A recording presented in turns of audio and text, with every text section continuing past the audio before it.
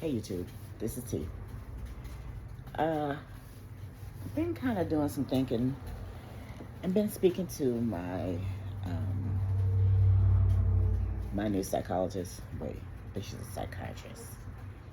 Well, anyway, she says I should do something like a TED Talk, um, kind of like a motivational thing that maybe some people could get some ideas or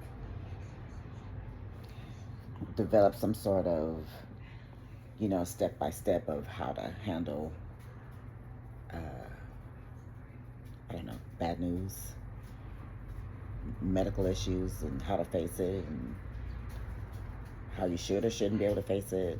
Um, so today, I thought maybe I would do um, kind of like how I face the things that I face. So today is going to be about being a kid at 9 years old, uh, 2 months before my 10th birthday, being told I had a very rare cancer, and that I probably wasn't going to make it until the end of the year. Um, I was 9. My mom was always this person that she believed that kids shouldn't be uh, spoken to small, not small. A kid shouldn't be belittled. You shouldn't do baby talk to a kid because um, kids have minds. Kids understand more than what you think they understand. So I was always told, um, as long as I understood something, that I could probably face it and figure out how I could move forward and either accept it or decide not to accept it. So for me, I've always been rebellious. So if you tell me I can't do something, my thought is, I don't know who you think you're talking to, but I'm going to do it. So I would do it. Even though I knew what the repercussions were going to be, I still did it. I didn't care. I felt like once you told me I couldn't do something, um, I was going to figure out how I could do it. Not only how I could do it, but how I could do it and get away with it. That was my thought process. So when I was told that I was going to lose my leg, at first I didn't understand what they were talking about because, again, I was 9. And, I'm probably dating myself. Um, but I think everybody kind of know I'm 60 plus.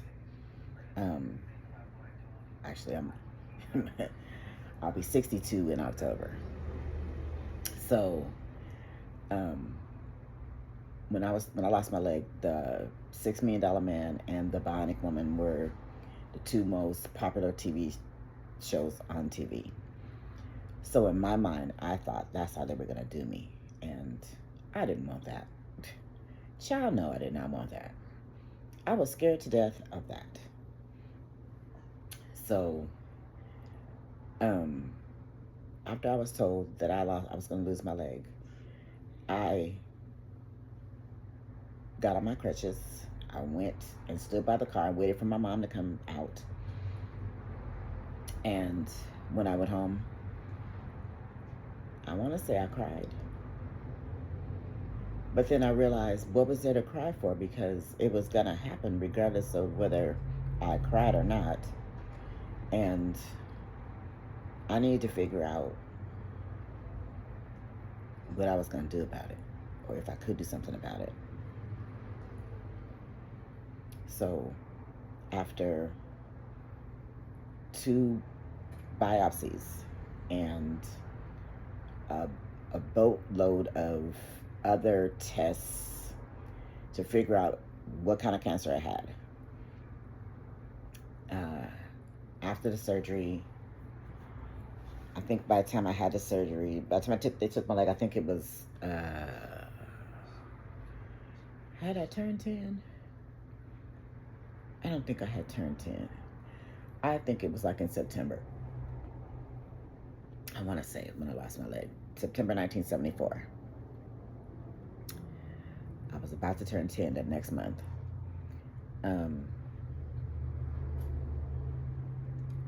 All I remember is going to sleep, waking up, and my stump was on a pillow. I had an IV, and my mom was sitting on one side of the room, my dad was sitting on the other side of the room, and everybody was sad. And when I woke up, I was wondering, why are you guys sad? I'm here. They said I wasn't going to make it through the surgery. But I made it. I'm awake. Hello, hi. So after the hugs and the kisses and the, oh my gosh, she woke.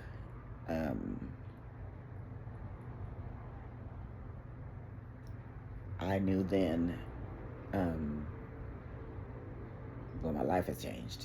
There was no more walking. There was no more running. I wasn't sure how I was going to get around, but I knew I was going to figure out something. I know that there was crutches over in the corner, and I saw a wheelchair. I knew I didn't want that wheelchair.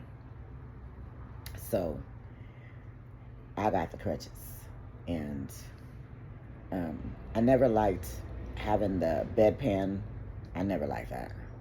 I always wanted to get up and go to the bathroom. I want to sit on the actual toilet and do what I got to do and get up. So that's what I did. I had the nurse bring me the crutches. I had her leave them by my bed so that I could access them. I could reach them when I needed to go. And even though the nurses used to run in there every time I would get up,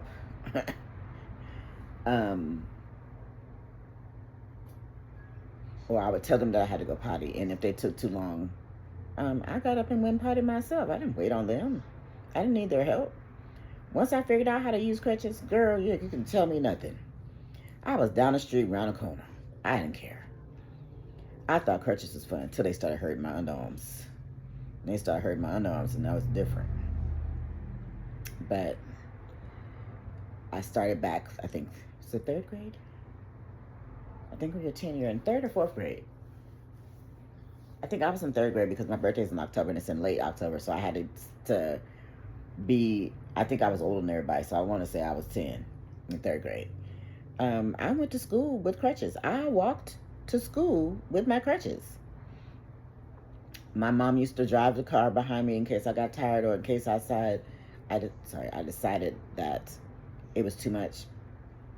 I walked with my friends on my crutches. With my backpack, I just did it. I just did it. It just was what it was. So I'm gonna kind of do a little series, and this is what I'm going to talk about. How I face things, how I figure things out, the fact that I figured things out at such a young age, and how I've managed to figure things out going forward, being the age that I am now. So please like, comment, subscribe. I think I'm going to try and do this as a weekly thing, because it's going to take me some time to like gather my thoughts and try to figure out, okay, well, this is the part that I already told you about. Then kind of let you know kind of the things that I've been through and why I'm who I am today. So please share this. I'm going to try and do it once a week. I'm going to try and make sure that I do. I know this depression thing has been kind of like getting me, but I gotta push past it. I do. I gotta stop letting it define me, because you are who you are, and if you accept when things aren't good and you don't try to change it,